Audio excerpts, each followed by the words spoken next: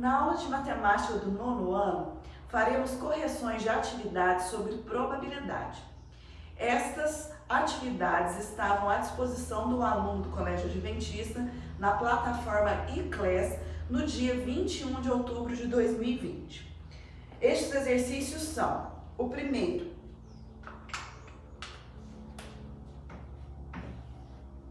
uma urna contém 50 bolinhas numeradas de 1 a 50.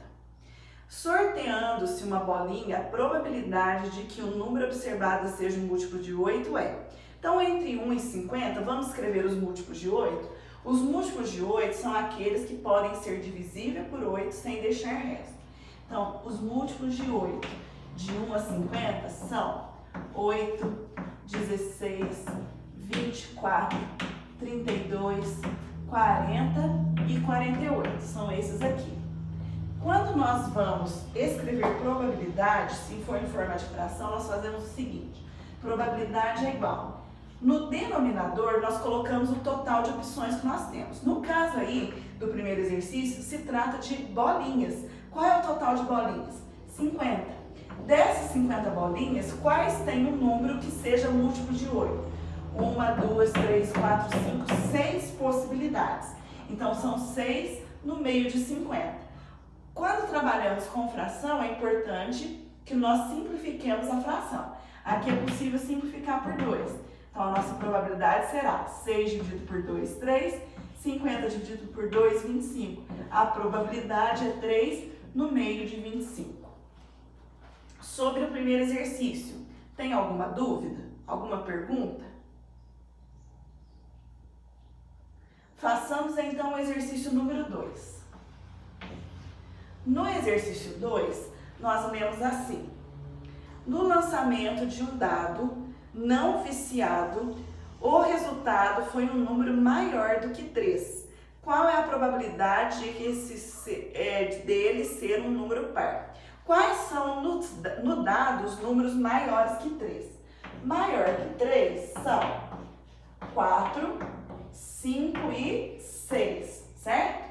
3 é igual a 3, 3 não é maior que 3, então são só essas 3 opções de resultado. Dentro dessas 3 opções, qual é a chance de escolher um número par? Par eu tenho apenas 2, então a probabilidade vai ser, no meio de 3 opções, 2 delas são pares, então a probabilidade é 2/3. Aqui o meu espaço amostral são os números maiores que 3 e não todas as opções que existem em um dado. Sobre o exercício 2, tem alguma dúvida?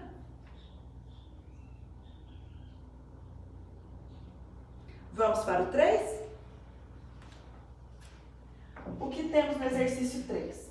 Nós temos o seguinte: numa comunidade de 1.000 habitantes, 400 são sócios de um clube A, 300 de um clube B e 200 de ambos. Escolhendo-se uma pessoa ao acaso, qual a probabilidade dessa pessoa ser sócia de A ou de B? Então, olha, eu sei que sócias de A são 400 pessoas, sócias de B são 300 pessoas, A e B juntas, sócios dos 2 clubes, são 200 pessoas. Então, vamos pensar o seguinte: A e B, eu tenho 400 pessoas mais 300 pessoas, certo? Se eu somar aqui, são 700 sócios. Só que desses 700 sócios, 200 tem cota nos 2 ao mesmo tempo.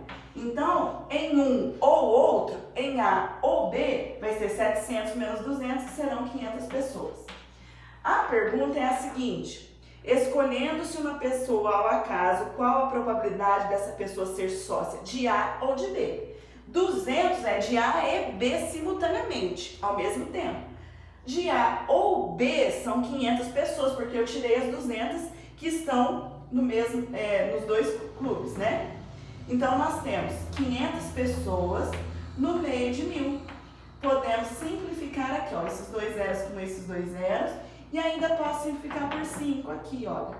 5 por 5, 1, 10 por 5, 2. Então, a probabilidade é de 1/2 ou 50%.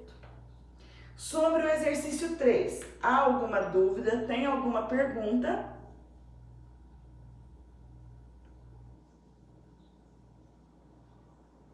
Já posso apagar para fazermos o 4?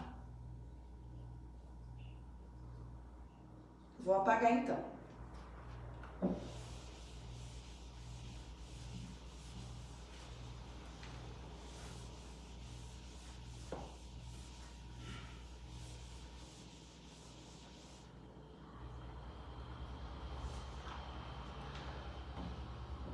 No exercício 4, nós lemos assim: uma pessoa joga uma moeda 4 vezes.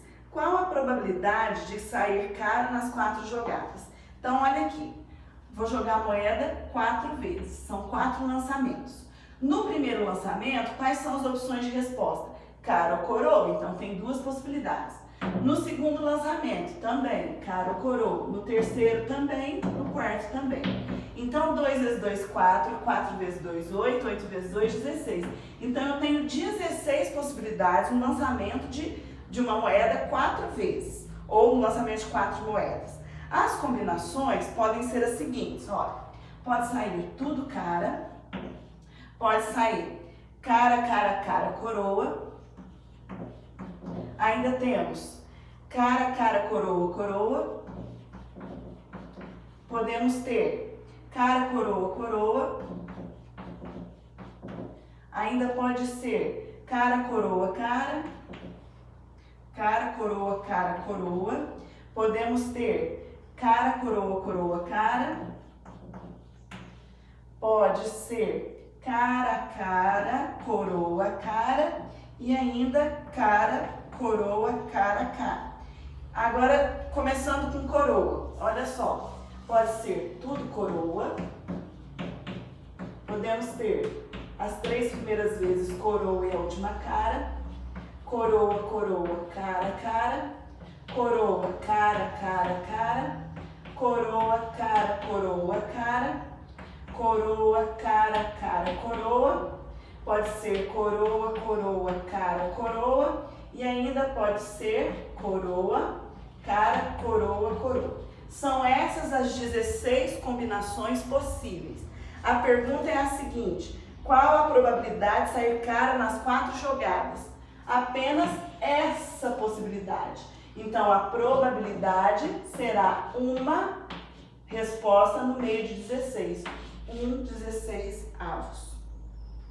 Sobre o exercício 4. Há alguma pergunta? Alguma dúvida?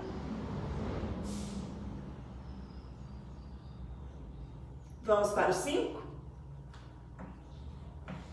Exercício 5. No 5, nós lemos assim: escolhido ao acaso um elemento do conjunto de divisores de 60, qual a probabilidade dele ser primo? Então, vamos primeiro achar os divisores de 60? Divisores de 60 são os números que dividem os 60 sem deixar resto.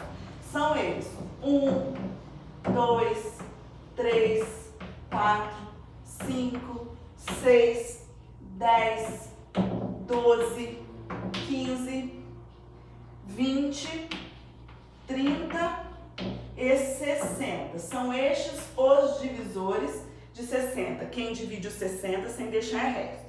No meio desses divisores, qual é a probabilidade de escolher um número primo? Primeiro, quantos divisores 60 tem? 1, 2, 3, 4, 5, 6, 7, 8, 9, 10, 11, 12 divisores. Desses 12 divisores, quais são primos? 2, 3 e 5, certo? O que são números primos? Números que têm apenas 2 divisores, o 1 e ele mesmo. Então, eu tenho 3 opções de números primos. Então, a probabilidade é 3 no meio de 12. Eu preciso simplificar a fração quando possível. Simplificando por 3, a probabilidade será de 1/4. Ao sortear um número primo entre os divisores de 60, a probabilidade é 1 no meio de 4. Alguma dúvida? Não havendo, encerramos por aqui a correção de hoje.